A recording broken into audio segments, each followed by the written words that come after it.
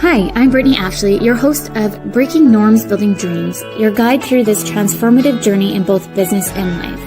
This is your place crafted for dreamers, doers, or anyone who has been told they can't. Get ready as we challenge those narratives together. You're tuning in live to the United Public Radio Network, airing on 105.3 and 107.7 FM in New Orleans. We are streaming on all the popular platforms every Monday at 3 p.m. Eastern Standard Time. Join me for a candid and thought-provoking conversation celebrating your unique journey because you are worth it. Hello, everyone. Happy Monday. I can't get over that we're already on Monday. I'm a little bit disoriented. I'm so excited to have Patricia here today, everyone. Before we dig in, welcome to Breaking Norms, Building Dreams. I'm your host, Brittany Ashley, and we are broadcasting live on the United Public Radio Network and UFO Paranormal Radio Network on 105.3 and 107.7 FM in New Orleans. Get ready to escape the next hour as we break norms and build dreams with Patricia. I'm so excited to have you here today. Thank you so much for having me, Brittany. I cannot wait to dive in. I'm so excited. I know we have so many questions, and it's just a casual flow of a conversation. So I know I gave you a lot of questions, but please, it's kind of like a guideline for me in case we ever go like, oh my goodness, what is the next question? But let me do a quick introduction to all the listeners and or anyone viewing us today. Patricia helps moms with adult ADHD working with their unique brains to get their ish together, one step at a time, and feel confident running their family life.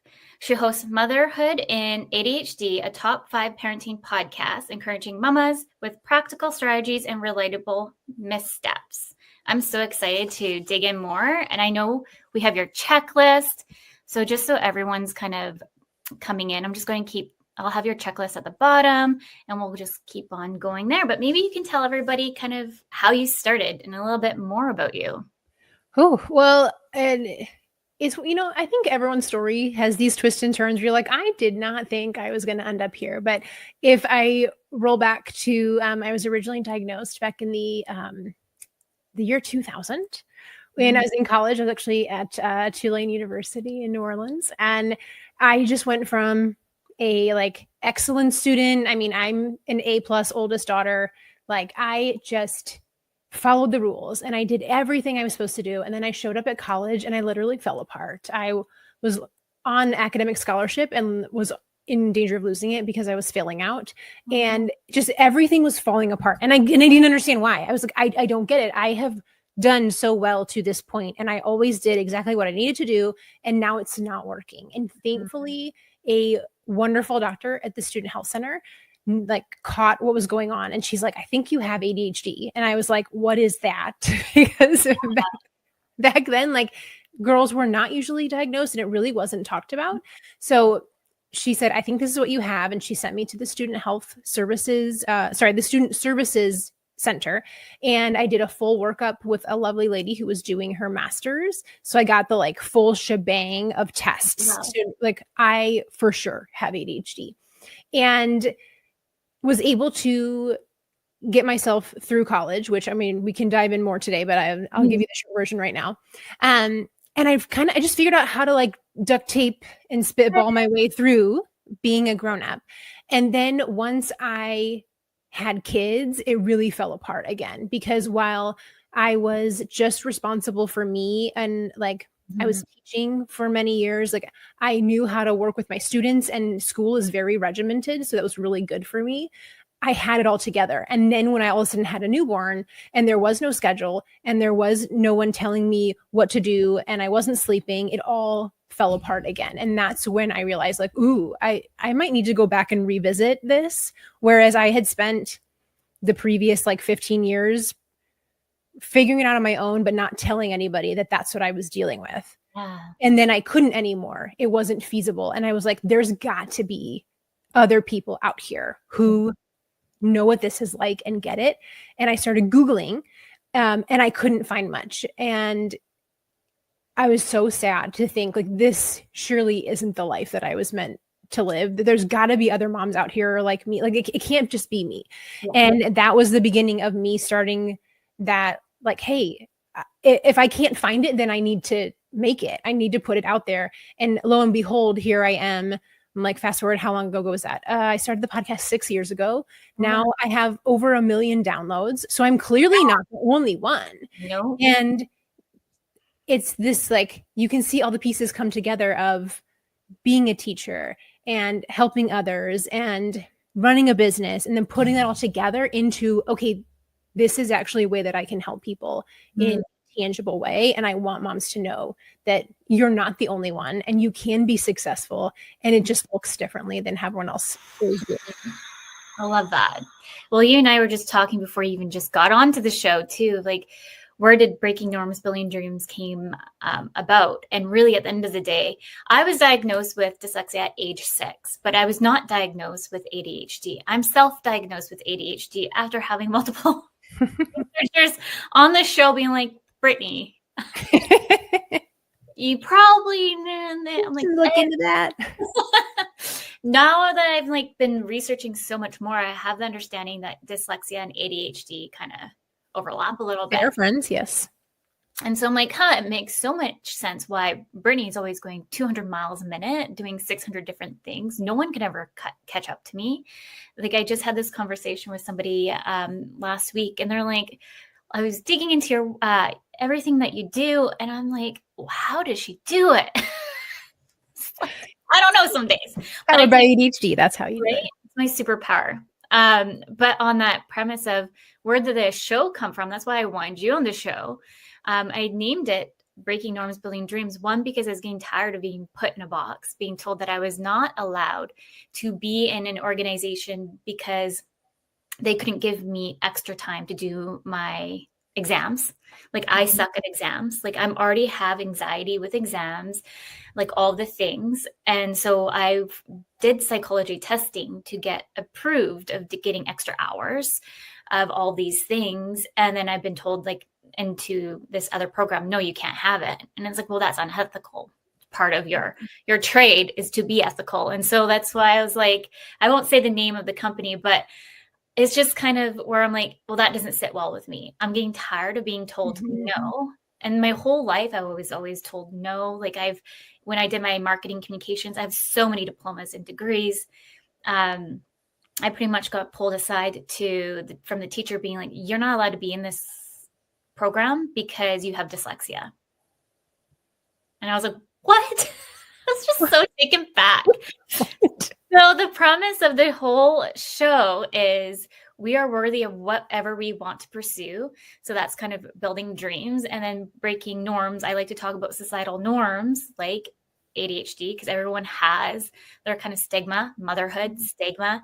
So let's break it down and educate people more on what society might think and how we can change that prerogative a little bit. So that's the whole premise of why I started the show and why I'm so excited to have you on the show to dig in more about ADHD today. Yeah. And that's a really good pairing with what I do, because I have always said from the beginning, my goal is to change the paradigm of how ADHD is looked at, because it does have so many stereotypes that come with it that are not necessarily true. And they're for sure not true for everyone. And that's, I think, one of the hardest parts about ADHD is that it shows up so differently for so many people that it's hard to nail down. So it's hard to know that that's the thing you're dealing with. But you also have, like, you might have someone who has ADHD and dyslexia, and they're going to struggle with this area. And then with the right supports, they'll still be able to function in that role. But if you come to somebody else and they'd be like, well, that support didn't actually help me any because I'm dealing with ADHD and this other thing. And so they need a different set of supports. So when we're looking at everyone as, well, if we could just put everyone with ADHD in this box and then we would know how to diagnose them, that's not how this works. And that is where it is such a struggle for people to, one, get identified, and then two, to find the right supports. And then, layer in the fact that there's a lot of people who don't understand what accommodations are and how we can support people to even the playing field, so that, like, that's not giving you an advantage to have extra time. That's allowing you to function so that you can meet the standards that everyone else is meeting more easily. And there's so many people who think like, well, that's not fair. Why do you get that? And it's like, if you had any idea how hard people with learning disabilities or chronic illness or whatever's going on, is how much they're struggling and how hard they're working to just meet the basic levels, then you wouldn't say that. But it's a lot easier when you see somebody's disability on the outside than when you can't see it and put a visible like identifier to it. Yeah. And that's why you and I do the work we do. Yeah. It's like just you saying that. Like I remember I'd be so scared, and I'm going like back in time now, like even further. When I was diagnosed, like I didn't want to tell anybody. To be honest, really, I've been a lot more vocal about it in the last few years because it's a lot of trauma for me. And so like, I don't want to bring this up because I'll cry. I don't want to bring this up because of X, Y, and Z, like flashbacks for me. And like the biggest thing was school. Like I just think back to it. I was like, I love school, but I also hated it. Because there's those preconceptions, unfortunately, with a lot of people, teachers. There's a lot of great teachers out there. I wouldn't have been able to get through school because of some of the great teachers that kind of built their, like helped me to get forward. But I had to push back on so many of the negative ones that I remember, like, I might have shared this story in the past shows. I can't remember. Memory loss. But one of my teachers would put on my document that I was too stupid to go into calculus. So I was from middle school going into high school, from 9 to 12, and then you graduate. And for anybody, because I know the school systems are slightly different for everybody. So I was leaving my middle school to high school, and I got put randomly in calculus math, and I got pulled out in front of everybody. I like remember this. With the door open, like I remember, and then I was just like, kind of like, there's the principal, there's the teacher. Like, I was just like, what, did I get in trouble? Why am I getting pulled out? And I remember them being like, well, we was looking at your file, and we were your teacher in middle school that you did math with, said that you should probably be in a central. So that's considered, like, people call it like the dumb class. So we need to pull you out. And my teacher at that time, I remember his name, love him, Mr. Grennis. I actually am really good friends with his daughter. He's like, what do you want to do? Instead of what they want to do, what do you want to do? And I was like, I want to stay here. He's like, let's stay here. And then I had Mrs. Prue being like, let's do what we need to do to make you pass those courses. And I ended up being in calculus from grade 10 and 11. And then I opted out at 12 because I did not want to do like the government exams. But like, that's the thing. If we classify people of just dumb and we're not good enough, we're not even letting those people be worthy of whatever superpower that we don't maybe even know what they have. Yeah. And that's a lot of, like, we could just solve it by let you try. What's the harm in letting you try? If it doesn't work out, okay, got it. Like, we'll need to switch classes. Yeah. But you can't see what someone's capable of if you haven't given them the opportunity to show it. Yeah. Yeah. And how much, like, I just watching your face as you were talking about that teacher who believed in you, like, that is what, I mean, not just that our kids need, but like we as grownups need, is for someone to say, you know what, I believe in you. Let's give it a try. And to put enough faith in you to even let you have the chance. I think that's the kind of support we need. Exactly. I think everyone deserves a chance, a second chance. It's just a matter of I think it's also how we present the questions and be more curious in how we present or even how we show up. Because I think we're kind of sometimes short to just judge or go through all these things. And so how can we be more mindful of switching our mindset or switching our tone to be more accepting, I guess. And there's so many different ways that people can be gifted and shine. And unfortunately, the way that school systems are set up, which, I mean, having been a former public school teacher, like, I know it's like the system is set up to highlight certain kinds of giftedness. And that's not everything that life's about. We also can have giftedness in so many other ways, from the arts to music and athleticism and, the more complex, like engineering things that we don't even touch in younger grades enough. Like there's so many different ways that our kids and we as grownups can be gifted. And when we only look at the like, well, what's the number grade on this paper? We miss so much of the information that's not communicated in that one singular number. Yeah. Do you guys do letter grades there? They do both. So there's numbers, but then they like equal a letter in different ranges. Yeah. So we did have that, like, I feel like back in the day. Back in the ancient days, the 1900s. Back in the day, like we had like in your percentage, you get A plus, A minus, da da da. But now what I'm finding out now that my kids are in school, well, one of them at least, the other one's soon enough, we're doing like, are they proficient or not proficient, and kind of put them in that class. At first, I'm kind of on a fence, to be honest, on how I feel about this, because once they get in high school, that's when the grades show up, and then university as well, and college. So I'm like, are we just kind of setting them up to fail in a little bit? And I don't believe in letter grades either, because I know me personally, like I'm doing it as my personal intake. Like I'm like, I need to get an A. I need to get on the honor roll. I need to that was me masking, because I didn't want anyone to know my challenges. Right.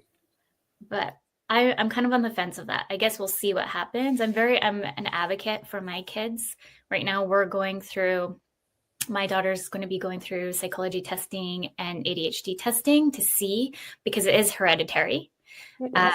I like to catch it earlier than later, and making sure that she or my son has that support needed when they get once in the school system, because unfortunately you can get lost in the school system.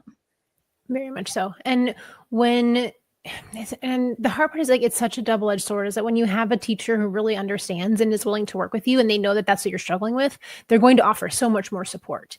And then unfortunately there's other places where they're like, well, if you need extra support, too bad, so sad, that like, we're not doing that. And it also can be a big stigma for kids. So it's hard, because you want it to be there when they need it.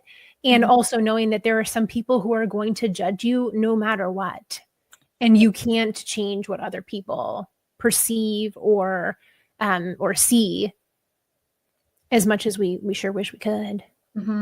We can't. And so it's just so hard to know, like, what's the right answer for our kids, and how do we set them up better than we had. Exactly.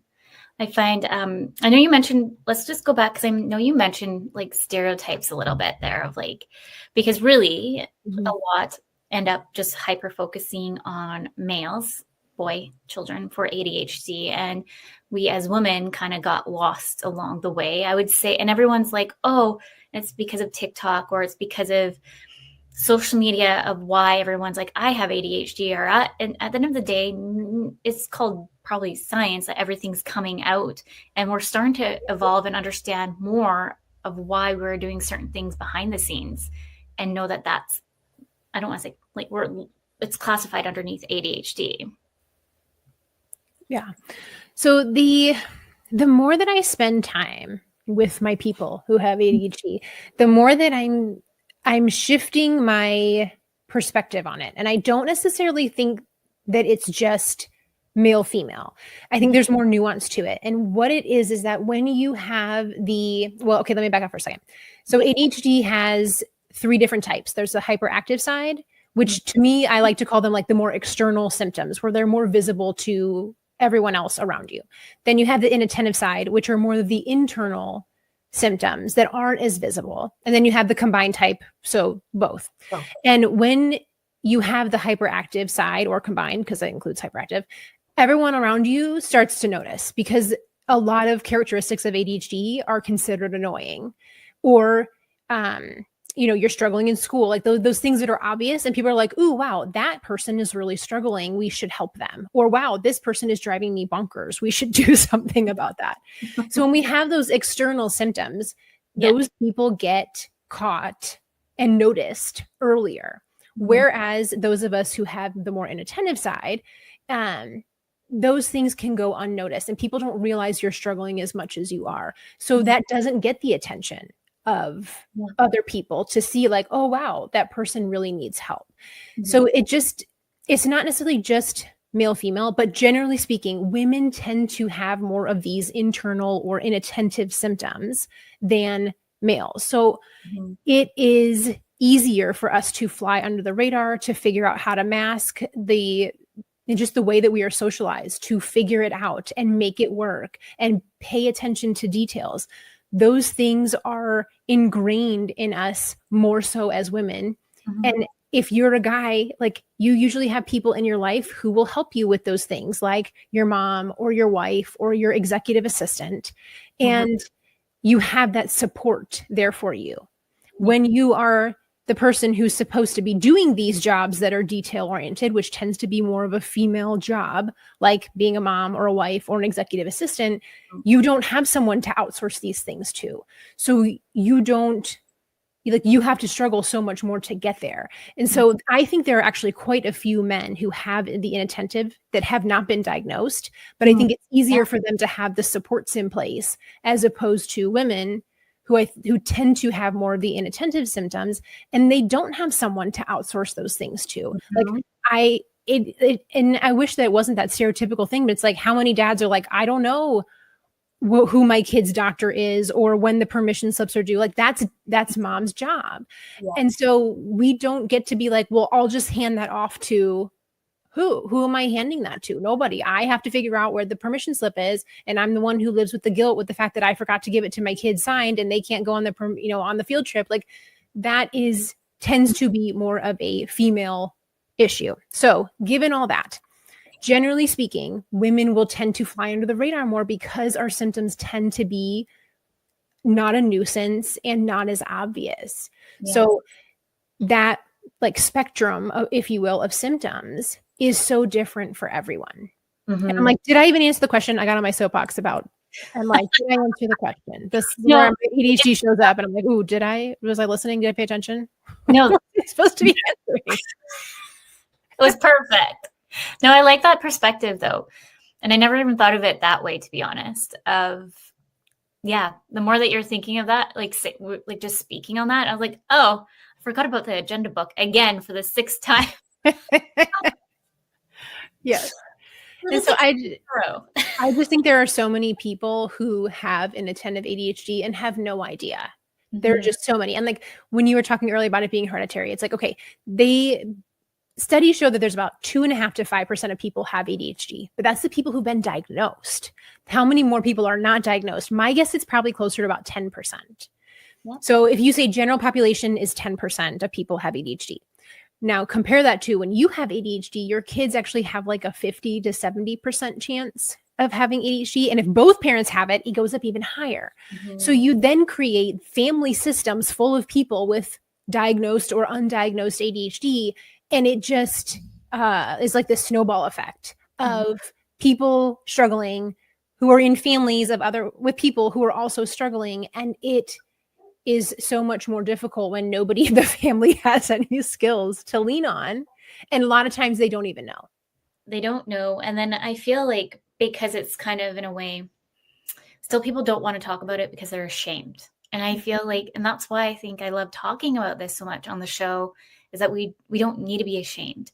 From ADHD to autism, because I'm bringing that in a little bit here. I feel like I think in a way, society has made it very shameful. So when we bring it up, then like it hurts us to even bring it up because you don't know how you're going to get judged.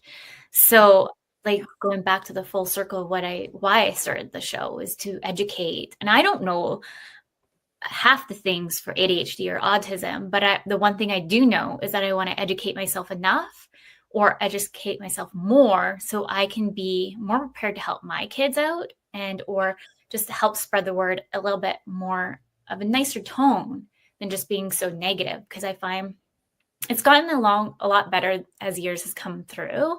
People are wanting to take those narratives and make it a little bit more softer.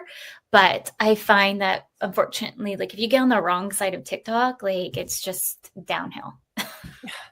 Yeah. And having any kind of neurodiversity or excuse me, like a chronic illness or any kind of mental health things. Like a lot of these things bring up shame because we're taught that we're supposed to be able to do everything on our own. We're supposed to be able to pull ourselves up by our bootstraps and figure it out and do more and, you know, be more productive and be more efficient. And when you struggle, it enters that shame of like, well, but I'm supposed to be able to do this. And there are so many people who their ADHD is truly a disability. It is life altering. They can't hold down a job. They struggle with their relationship. Like there's so many pieces of ADHD that can be really hard. And it is my personal opinion that when you have the right supports in place, you don't have to struggle as much. It's not to say that you're not going to struggle at all. But I think when we look at a lot of times, like we see these, you know, big celebrity names of like, well, so-and-so has ADHD and they're fine. You know, the Richard Bransons of the world and like all these like multi-billionaire and like, you know, the, you know, TV show and the celebrity, like all of these people who are like, wow, you look at them and you're like, wow, they seem to not struggle at all. And they have figured out to make like how to make this their superpower. And I have a very like love-hate relationship with the word superpower, because when we only focus on the superpower side, a lot of times we don't give validity to the struggle. And yet, if all we do is focus on how hard this is, we don't look for the strengths and we don't think we can do better. So we have to have both pieces in the mix of, yes, recognizing that when you have ADHD, you probably also have a colorful rainbow of assorted other friends that come along with it. And it's not always easy. And that when we can put the right supports in place, it can be okay. Like it can get to a point where you're like, I can function, I can hold down my job, I can do great things. And we can see that because there are people who have figured out how to make it work. And obviously, like side note, we don't know that their life is perfect. They may be a billionaire. That doesn't mean they have a great family life, or they may look cute on TV, but that doesn't mean they don't have, you know, anorexia. Like we don't know everything else that's going on with them. But to know that there is a way with the right supports in place to make it work for you, that what I want for people who are like, maybe this is me or this is me, like there is a way to make things better. You don't have to struggle that hard.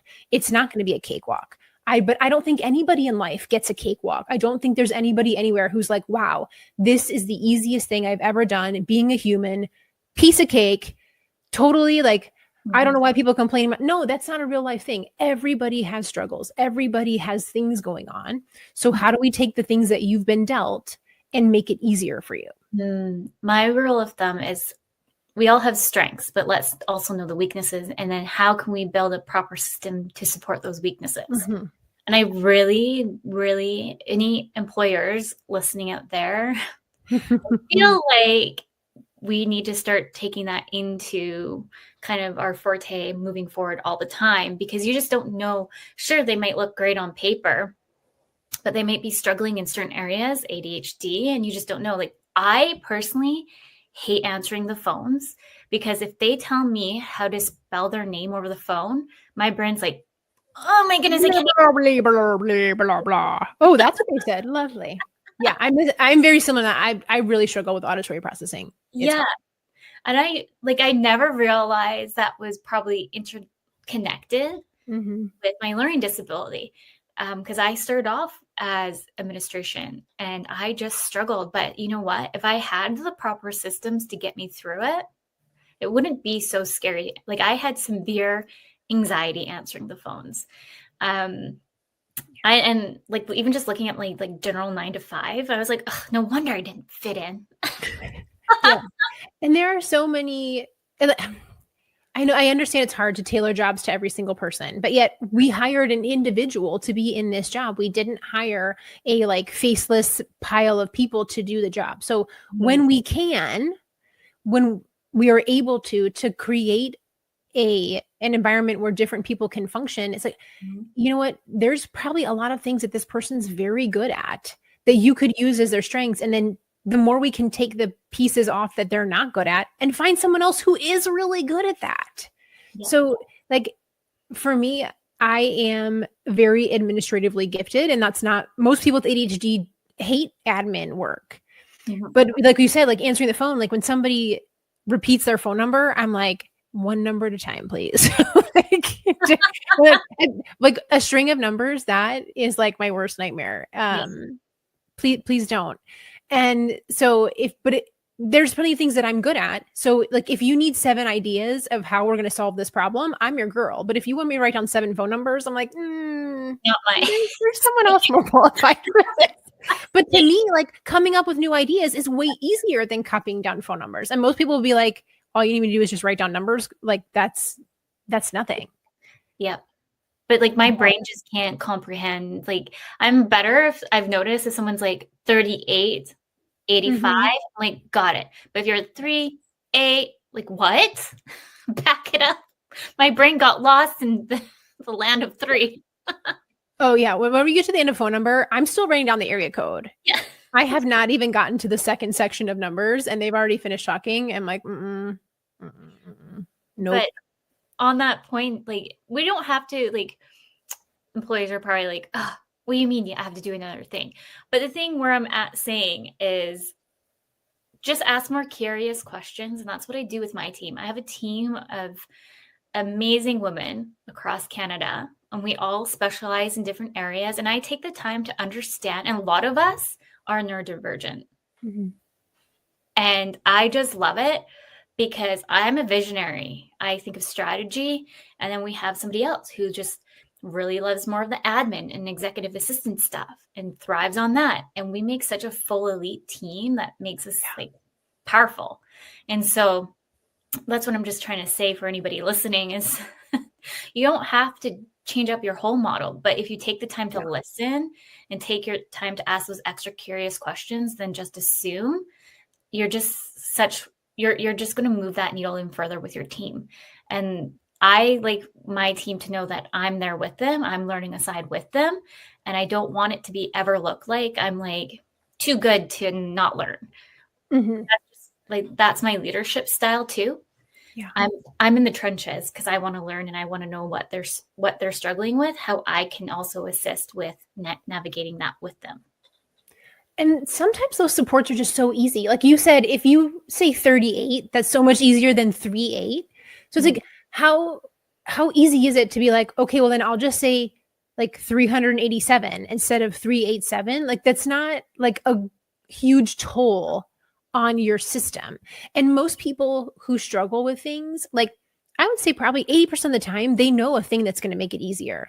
So if you just ask and I say, hey, can you just repeat the numbers like a larger number, like 387 versus 387? Like that's not like, we're not asking for like, oh, well, hire me a personal assistant to write all my numbers for me. No, like the simplest things can make a really big difference. Yes, exactly. And sometimes it's literally no extra time, no extra effort. It's just the fact that you cared enough to try. Yes, 100%. We're already past the midway point. So for anyone just listening, we're having so much fun. I'm like, ooh, already 3:40. I know, right? You're listening to Breaking Norms, Building Dreams, and we're live on United Public Radio Network, UFO Paranormal Radio Network, 105.3 and 107.7 FM in New Orleans. I know I told you it was going to go by really fast. I find like so many people are scared, like a full hour. How are we going to talk for a full hour? I'm like, don't worry, I make it fun. I swear. Okay, I can talk for 2 hours. When I'm with my people and I'm talking about things that I'm passionate about, I could go all day. Amazing.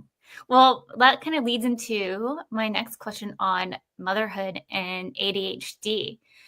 Maybe you can share some personal stories of kind of what you felt was a bit of a struggle, and I can share mine too. Yeah. So I think there's a couple areas where I really struggle being a mom and having ADHD. One of them is, for me, time blindness is a really tough struggle. I have no concept of time, and it truly is like a blindness for me. I don't know what time it is. I don't know how long things take. I don't have an internal clock. And when you're a parent, you are usually in charge of getting people to school on time or lessons or getting people to bedtime at a certain time. And that ability to just know how long things take or how much time has passed. I don't have that skill. I didn't get that gene when I was born. Like, I don't know. So that is a really big struggle for me. But as a parent, that means things like we are running behind, which means I'm getting frustrated and they're getting frustrated and everybody starts yelling at each other because I messed up and I didn't give us enough time. And I think that we can just magically appear places and my brain doesn't calculate like, oh, you know what? It's going to take 10 minutes to convince my 7-year-old to put on shoes. Mm-hmm. And then another 5 minutes to get in the car because we already forgot 3 things. We got to circle back and the drive. And oh, look, when we get there, we have to park and we have to go through this building to find the place. That's another 5 minutes. My brain calculates none of that. My brain's like, oh, I got to be there at 4:00. Cool. I could probably buzz out of here at like 3:50, right? No, that's not humanly possible. And so as a parent, the guilt and shame that comes with messing things up and being late or forgetting about things because, oh my gosh, it's actually already 4:20 and we haven't even left the house. Like, that is such a big piece of my parenting that I have to work so hard on. And I have to put things in place. Like, I'm like, I can't say her name because she'll start talking at me, but the Alexa, that is to my side here. Like, she keeps us on schedule in the morning. She's like, it's time to brush your teeth. It's time to get your backpack, because I am not the person to be in charge of that. Like, don't put me in charge. So I have places that I put support in place so that I don't have to beat myself up about what I'm not good at. I figure out how to make it work and then rely on those things to support me. So time blindness is like in the top 3. I'm like, do you want to share one or should I keep going? I can definitely relate on that. I'm like, I would say I'm pretty good because I have a lot of anxiety being late. Mm-hmm. But with kids, like, I can't plan that. Like, putting on shoes, I'm like, oh, I know it's taking that long. So what I've been doing for myself is mapping times a bit better in my calendar. So if they can't afford anything, maybe you just have a free Google account, set up Gmail and connect it to your phone for anyone listening. I map things out in my calendar, or as soon as I book something, I put it in there, because once it's in there, I know it's in there. Then if it's not in my brain, like, it's gone. Like, I might forget. Like, for example, like, we had a counseling appointment booked. I know I did this. And because I have my system down, I put it in the calendar. And for whatever reason, my gut was like, go check the calendar. I'm going to guess maybe I didn't press like book now. But it was all in my calendar. I was ready to go and realized I didn't really book anything. But, at least the calendar kind of like notifies you. You can set it for anyone listening to remind you that something significant's coming. But I would say I'm a mix of time blindness. It depends. Like, when I'm like hyper focused in a project doing client work, I can spend hours on it and forget what time it is. And like, oh my goodness, there's the day. Yep. Yeah. And the other part that's just so hard is the emotional regulation piece, where being able to react and control, and I don't really like the word control. I try to use the word agency. So having agency over your feelings and knowing that you can choose to be frustrated, or how do you choose to be patient? Like, a lot of times those reactions feel so automatic. It doesn't really feel like a choice. It doesn't feel like I have an option. But in the many years of working with parents, there are times where you're able to be patient. So what is it about those times that allow you to have the capacity to do that? It's usually that you were in a better headspace and you were feeling more patient and you had more capacity. So therefore you had the space to deal with other people's emotions, because our kids, unfortunately, their brains are not fully developed. They don't have a fully developed frontal lobe to be able to do the things that we wish that they could. So they're not able to regulate their emotions as well as a grown-up. And so we have to share our regulation with them. And given that there are times where we can show up as patient, okay, well, we know it's possible. So how do we replicate that when it's those days where you're like, if I have to say, like, get your shoes on one more time, I am going to lose my ever loving mind. Like on those days, how do we connect in and give ourselves capacity to be able to deal with that so that we're not yelling at everyone? Because that yelling creates a lot of guilt and shame. And that's a lot of times where people won't say that they need help, is because they don't want to share, like, oh my gosh, like I yelled at my 4-year-old the other day and told them I hated them because I was so mad. People don't want to share that. People don't want to tell other people that they said that or that they did that, because we're not proud of that. And yet when we talk about it, we find other parents who are like, oh, wow, like I've definitely said things to my kid that I regret, and can share examples, and we know it's not us. It's like, oh, okay, now I know where to get help. So this emotional regulation piece would be right up there in the top of the list with the time blindness. Yeah. I second that. Like just thinking of all these different scenarios, I would say too, like ever since I had my second kid, my emotions are just like, yeah. I would say with this, the first was, I felt like I would say more my ADHD came more present after my second, where I'm like, wow, where was this all left before?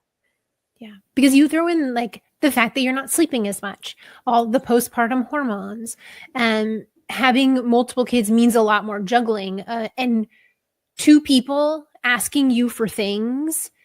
And like, obviously like a newborn's not using words, but like they're still asking you of things. And now you're trying to juggle multiple people's requirements and your own.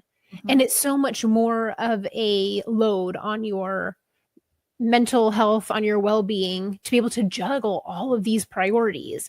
And as moms, we usually say, well, you know what? If I'm going to give something up, it's going to be me. So I'll take care of everyone else first, and then I'll figure out my stuff at the end. And lo and behold, we get to the end and there's nothing left. Yeah. So that is one of the hardest pieces of parenting for everyone. But then when you have ADHD thrown in on that, and the postpartum and it's like, whoo, they did not put this in the warning manual before you decided to have children. No, not at all. That memo. We should have got a memo before all this. Where was the instruction manual? Right. Well, that, I don't know if I mentioned this, but that's the reason why I started Creative Dynamics, to help mom work from home. So a good percentage of us are moms, from 2 kids to 1 kid to 5 kids. And so like, it's not that to say if you come to Creative Dynamics and you don't have kids, yes, like if you offer a specialty, like I'm not going to say no. And there's a few on the team that don't have kiddos, and they're on the team. But the whole premise for Creative Dynamics was my biggest why as a first time mom. There was like nothing out there that was able to juggle like life,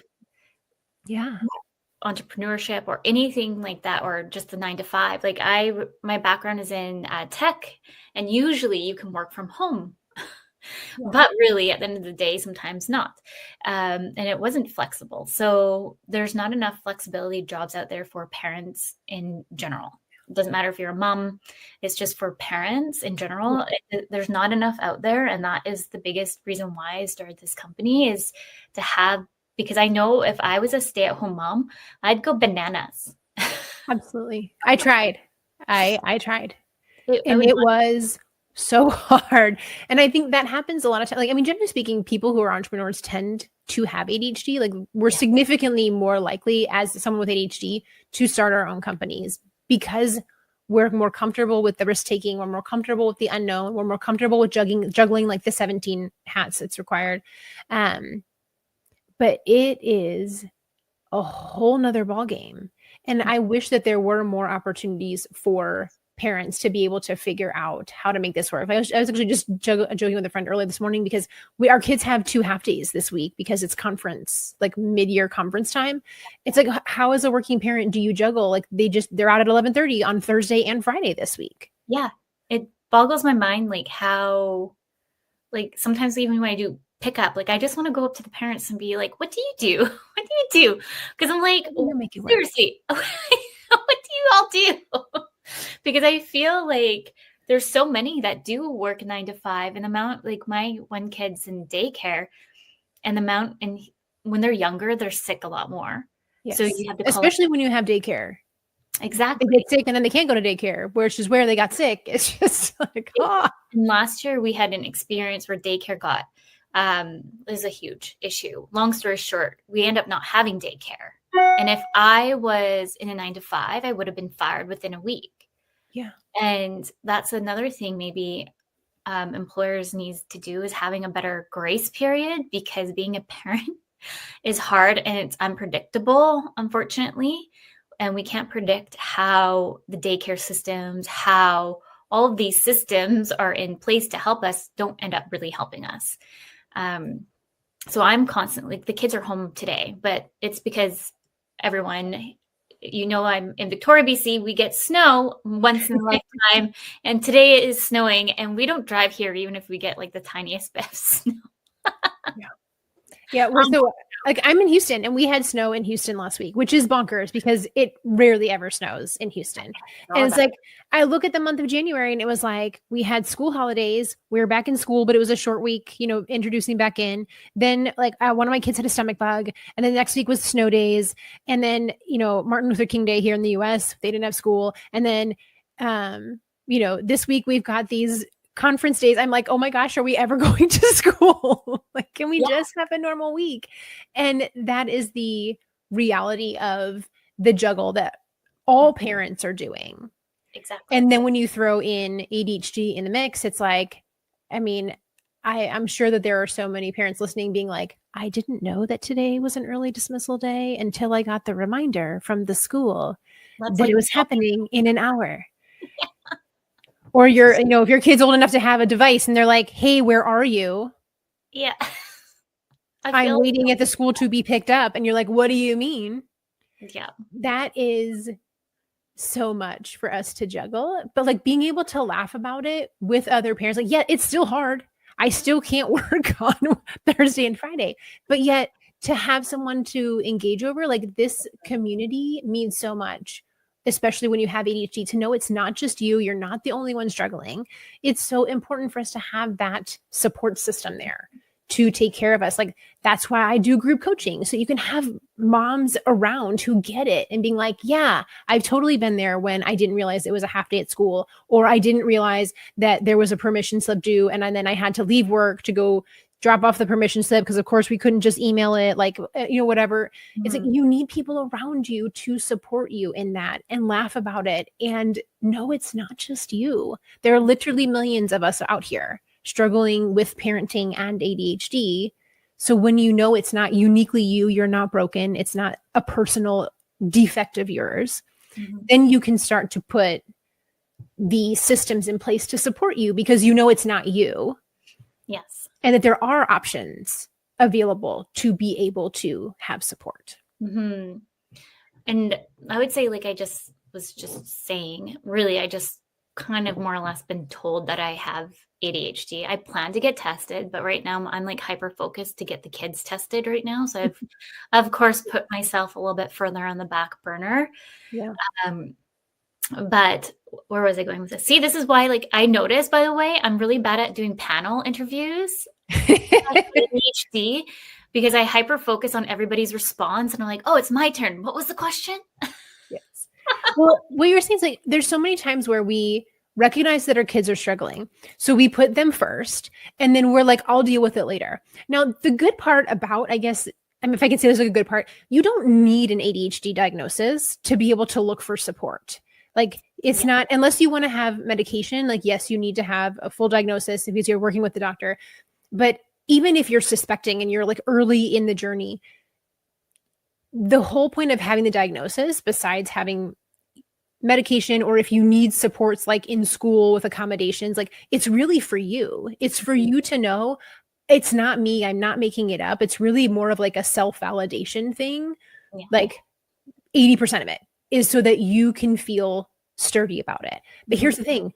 If you are listening to this and you're like, wow, this sounds really familiar, you don't have to have a piece of paper validate for you. Like you can just start listening to people that you trust. Like do your research. There's a lot of kooky people out there, but do your research and find the people who are like well regarded in their information and start learning from them. You can gain so much knowledge by looking for the resources that fit your brain. Like my question is always to my clients, like, what's going to make this easier for you? We're not taking the lazy way out. We're figuring out like what makes sense for you. If this is easier to do it this way, let's make it happen. We don't have to struggle that hard. So you don't have to have, like, you don't have to wait for that piece of paper to tell you that you need assistance for you to say, let me start looking into these resources and see which ones work and try them out and asking questions. Yes, I always say everyone should get a diagnosis, and should is a word I use rarely, mostly because people with ADHD tend to have so many other things that come along with it. Like we rarely show up with ADHD only. It's usually ADHD and dyslexia or dysgraphia or anxiety or depression or autism or chronic illness or PMDD. Like there's just so many things that tend to be friends with ADHD. So I recommend to get that, because that specialist will, you know, assuming that they're good at their job, will be able to recognize all those things, and they can start treating you as a whole person and all the different layers of it. But you don't have to have that in order to start making your life easier for you. No, I love that. And reach out. There's your community that you have, but just anyone listening, like start asking or just looking for people who have ADHD. I find like I feel like I'm just understood when I hang out with these people who have ADHD, who are moms too, because I felt like I was always trying to like fit into the mold. And I just didn't understand why I didn't fit into the mold. And it's like, well, because I have ADHD and I just think differently, and or I'm doing things so differently that some people are just like, well, that's not that it's bad, but you know what I mean? Like, yeah. Well, and I always tell people when they become friends with me, I'm like, listen, if you like me and you think I'm funny or I'm relatable, I'm like, you should just go get checked, because we tend to flock together. So like, that's why so many people with ADHD tend to marry people who also have ADHD or also have autism. Like we're looking for our people. So we tend to be clumped together. And that's why, like, whenever somebody's like, oh, isn't everybody ADHD these days? I'm like, oh, you have a family full of undiagnosed people, don't you? Because you think this is normal. This is not, this is not normal. Like it is a very different way of thinking, and there's nothing wrong with it, but it's, you know, we're talking 5, like I said, I think it's closer to 10% of the population. So if you're listening to me and you're like, wow, doesn't everybody think like that? No, ma'am, we do not. Not everybody is like this. And that is a clue for you to be like, hey, this is probably worth looking into. That it's worth it. Check it out. Like the worst you're going to do is read, you know, like say you go grab I have a free checklist of ADHD symptoms that tend to show up in women or in inattentive types, with like real life examples of this is what it actually could look like. It's again, everybody's different, but like when you say you're disorganized, being disorganized as a mom is different than, like, it's not just, oh, I couldn't find my keys. It's, I haven't found my keys 4 times this week. And then I also found them in the refrigerator, and also like in the bag, in the back seat of the car, rolled under the car seat. And they were there for 3 days and I didn't locate them. Like that's a very different than, oh, I misplaced my keys when I was at my friend's house and forgot to grab them on the way out. Like it's a different thing. So that's why I have the checklist. But like, go look at the checklist, download it, figure out like, does this sound like you? And if it does, great. Now you have a list of symptoms that you can say when you go to your doctor and they're like, well, how are you disorganized? You can be like, well, here's some real life examples. I have left the laundry in the washing machine 4 times and have rewashed it 4 times because I keep forgetting to put it in the dryer. It's like, yes, some people forget the laundry sometimes. If you forget the laundry pretty much every time you do it, that's a different struggle. And I think that like, that the issue with a lot of pieces of ADHD is that people struggle with these things and they're common. Everybody forgets things sometimes. Everybody loses track of things. Everybody has days where they're off. But when this is something that is persistently causing issues in your life, it's keeping you from holding down your job. It's keeping you from having a healthy relationship. It's keeping you from being I'm like, I don't need, I'm like, ooh, word choice, not irresponsible, but it's like you set a budget, but then you just keep buying things and you're like, I don't know why I do this to myself. Like when it's affecting you in those kind of ways where you're like, I have a plan. I don't understand why it's not coming together. I'm doing all the things. I read all the Pinterest posts. I read the books. I listened to the podcast. I saw the specialist, and yet still it's a mess. I'm not making any headway. That's when it tells you like, hey, this isn't just a regular old, like regular people issue. This is something that's really affecting you day in and day out. And it's time to ask for help when it's affecting you to that level. You don't have to struggle that hard to be able to do the basic functions. There's ways to make it easier. So when you're talking about that, like my brain, all I can hear is my husband being like, I told you to put the keys in one spot. The amount of times I'm like, I did. Oh, maybe I didn't. Here it is underneath my jacket. Yeah. And like my keys are gigantic. I have all the keychains on there. It's, the car key. And I have like one of those like tile GPS things, and my like, my dad's house key and my in-laws house key. Like it's not a key ring. It's like a key explosion. But why? Because I can find it in my purse because it's gigantic. And that's part of the reason it's gigantic. So when I open my bag, I can spot the keys every time. And if I set them somewhere, they are noticeable. It's not just one doodad amongst the chaos. It's like, oh yeah, there's my mountain of like, it has a fidget doodad on there, like one of those poppy fidget things. I mean, it's got all kinds of stuff on there because I can see it. I won't lose it. And it's like such a nuisance. Like they're going to look at it and be like, those are Patricia's keys. We know those are Patricia's keys because they're huge. And so it's like these silly little things where we can, I can't tell you how many times my husband's like, why don't you take some stuff off that? I'm like, no, I need to be able to find it in my bag. And that's okay. I am okay with carrying around an extra like 0.5 pounds of stuff on my keychain because I'll find it and I won't lose it. And those little things that we can do to support ourselves are worth it every time. 100%. I need to get more on my keychain. I randomly lost a few things along the way. I was actually noticing it was quite light. I'm like, oh, no wonder I can't find these things anymore. But I used to have like all the things on there. My husband would make fun of me for it. But I'm like, no, because I could find it easily because it gets lost so easily. And we have a system now for myself. So I know where to find it, but I don't really tend to follow the system sometimes. Yeah. And it takes us much longer to develop habits. I know there's always that saying of like, 21 days to a habit. That first of all, that's not true for most people. It's really like closer to like 40 to 60 days. And people with ADHD need even more than that. Like we need lots of time to create habits. Yes. And it's not like you are not a personal failure because you didn't get down the key habit in the first 2 weeks. Like you are possible, like you are capable of habits for sure. How do we make them doable? Yes. We're almost at time. Maybe you can share with everyone how to reach you, maybe your services. I have your information here going as well while we've been chatting. Awesome. So I'm the same info everywhere. It's Motherhood in ADHD. And if you Google my name, Patricia Sung, I will come up. But there on my website, I have a ton of free resources. So I mentioned the checklist already of ADHD symptoms, but I have a whole toolkit full of information that I have created over the years that is available for free. I do coaching both one-on-one and in groups. And I host a retreat in person for moms who have ADHD every October. Let's see what else. Because I have ADHD, there's a long list here. And I also have self-paced courses that you can do online to help you with time management and daily planning and working with your energy cycles and how to stop anxiety. There's just a wealth of information. So definitely go to the website, check it out, and listen to the podcast. It's Motherhood and ADHD, and you will see that there are other people. It's not just you.